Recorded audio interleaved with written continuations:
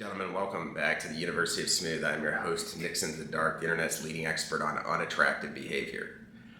I started this channel a while back to help men deal with the issue of sexlessness in their lives.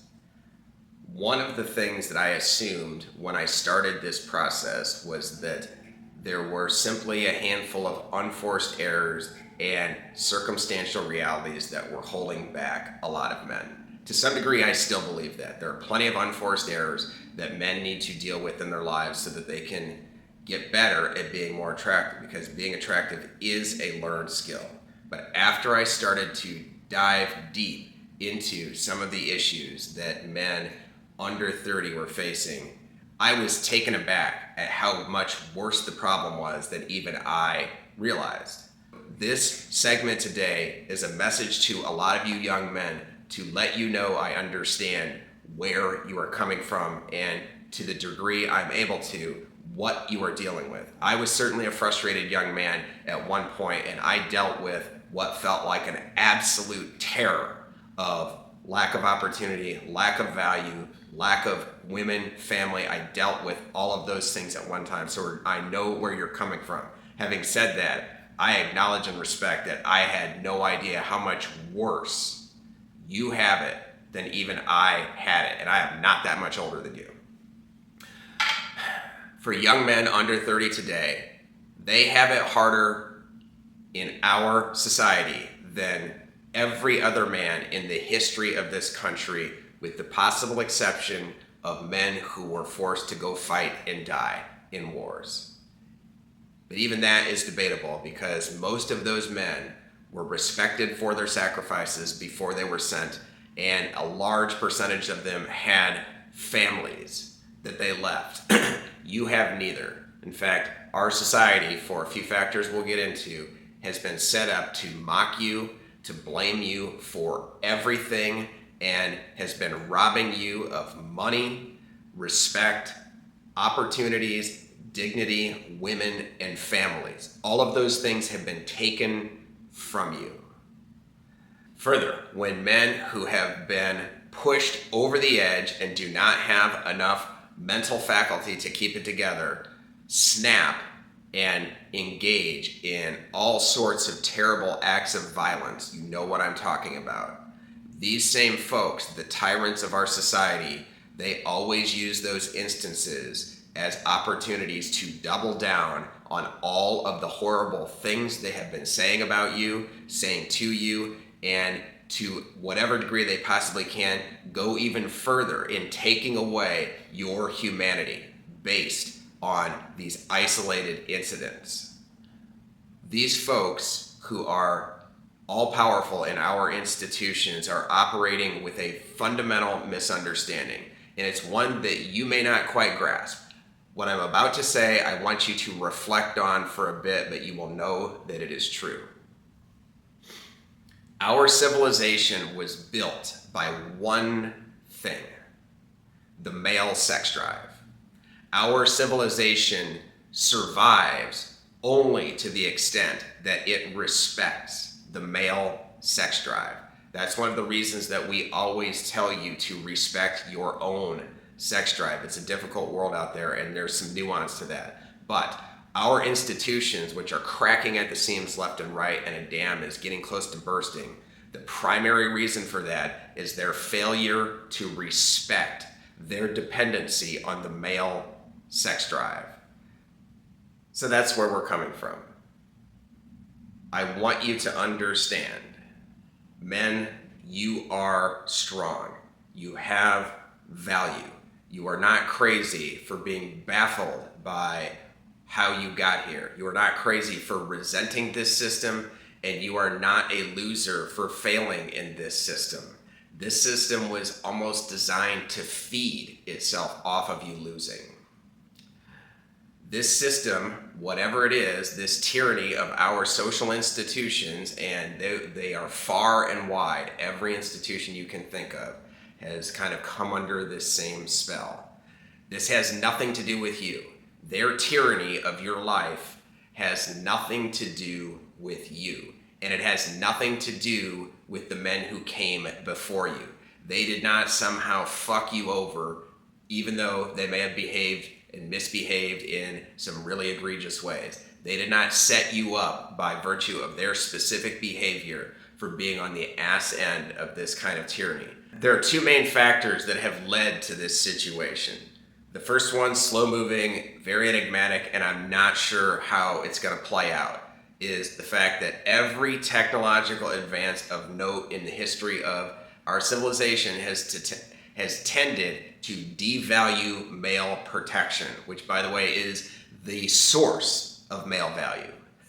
So each time that we advance by industrialization or technology or medicine or a lot of these other things, they all, in small ways and large ways, devalue male protection. But the value of fertility has remained constant. That's one. Second, men who are weak and women who are weak by nature are incentivized under this arrangement of social institutions to gaslight you. They are not strong enough to withstand the incentives and temptation to blame you for everything. One of the unattractive behaviors that we have yet to really explore on this channel is white knighting, a deeply unattractive impulse that a lot of men have to take the side of women at your expense. This has societal ramifications. The good news is that men are rejecting this. It has been a long time coming, it has been slow building, but we're now getting to the point where it is accelerating faster and faster and faster. A level of male rejection of this type of tyranny has getting to the point where we're maybe at a critical mass. You see how this works, that when the male sex drive is disrespected over decades and decades and decades, it becomes more and more and more apparent that there is no incentive for men to participate in this system that is built on their backs and is benefiting at their expense. It's hard to project out into the future. That's not really what we do here. But there's a few things that I think you can bank on. Our future is going to be significantly more violent than our present. It's unavoidable. That's what happens when men do not have sex. You've already seen escalating violence. We've actually covered it, and we're not here to really repeat that. We're telling you because we have this male protector algorithm, which is rooted in male survival.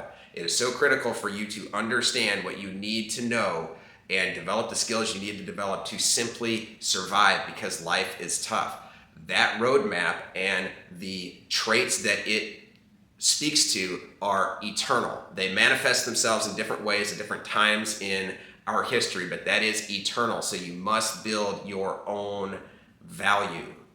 Next, even if we reach a point where there's a realignment of how institutions have been governing us, and there is maybe some positive development for men in terms of this situation that we've been thrust into, we are not going to have total male equality. That's not a legitimate goal. That's a utopian nightmare. We've already seen how the political left has failed spectacularly in its effort to create gender and racial equality. This has been such a profoundly failed experiment.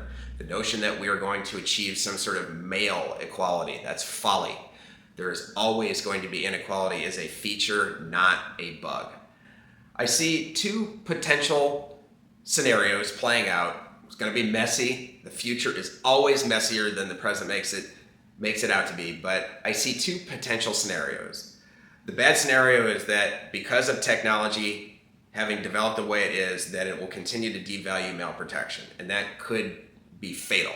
However, I'm optimistic it doesn't go that way because, as I've said, civilization cannot survive without the male sex drive. So technology cannot survive without the male sex drive. That leaves the other alternative, the one I'm a little more hopeful for. It will be a painful process, but if we see at some point that the marriage, sex, and birth rates, which have been cratering for the last few decades, if those start to normalize, that will be a very painful and bloody process, but they start to normalize, you will see our society return to some other trajectory. Good, bad, who knows, but it's just unsustainable to have a society that keeps men under its thumb the way it is. You are feeling the worst of it right now.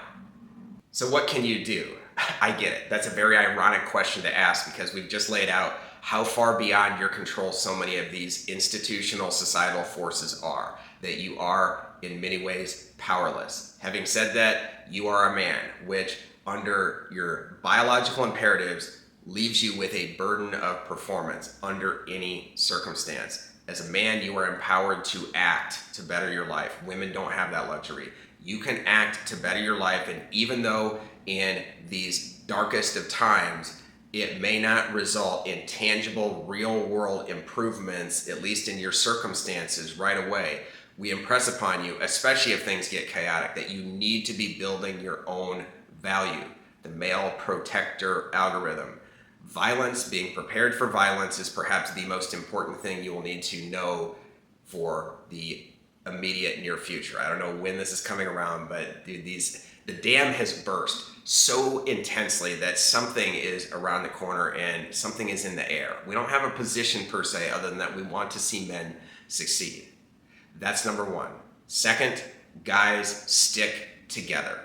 One of the subtle impacts of our social institutions having reached the point they have is that they tend to drive men apart. They tend to look down and mock the idea of men getting together. It's very easy, unfortunately, to lampoon men gathering together to embrace their own identities as a group. It's very easy to look down on that. Guys, disregard that noise and make alliances, make bonds amongst each other, and if you can reach out to even dudes who are kind of weak, dude, they may have talents that you're not aware of. So be fair-minded as possible in forming alliances with men. You will need to stick together in the coming years, and those alliances, they will serve you well throughout the rest of your life. Even if that just means like joining a league of some sort so you have a buddy. You never know when that kind of value will come in handy. Third, this goes against your nature, but do not try to save women. It's too complex for you to deal with it on this level. One of the biggest logs that society threw on this fire that is burning itself down is to encourage men to save women, to encourage men to do all of these blood, sweat, and tears for women. That has hastened the demise of this society. Women are suffering to an extreme degree under this same social regime, but they suffer in ways that are totally different from the way men are suffering. So the attempt to save them will backfire. Fortunately, women always follow men. So when men band together to figure out how to save themselves and to come up with a lasting, durable solution for their own problems, women follow. It may not be in some direct, obvious, tangible manner, but women will gradually follow to the extent men are able to take back their place in society. Lastly, and this is a personal opinion, not so much part of the University of Smooth curriculum, but one I think is important, believe in God. That may seem a little strange coming from a guy who talks about the male sex drive as much as I do. It's my belief that religious institutions have not been immune to all of this other societal and institutional chaos. They are complicit in disrespecting the male sex drive to the degree that they have, and they are paying the price for it. But God is God. I believe regardless. I encourage you to believe as well. Believe in something higher and grander than yourself. Further, believe in truth and believe in beauty. These things sustain you. They nourish you. And beauty, that's more than just female attractiveness. It is something much more profound than that. And part of the reason women are no longer beautiful is because they have settled for being hot. And don't get me wrong, I have a sex drive, you have a sex drive, there is a beauty component there that we appreciate, but they have left so much beauty on the table by settling for fertility-based attractiveness. You can still believe in beauty and it will nourish you. Thanks for listening. Like, subscribe, and guys, stick together. We are going to get through this. We will have no illusions about it, but we are going to get through it. How do I know that? Because the male sex drive, as I've said many times on this channel, is the most powerful engine in the history of this planet, and it will see us through. Take care.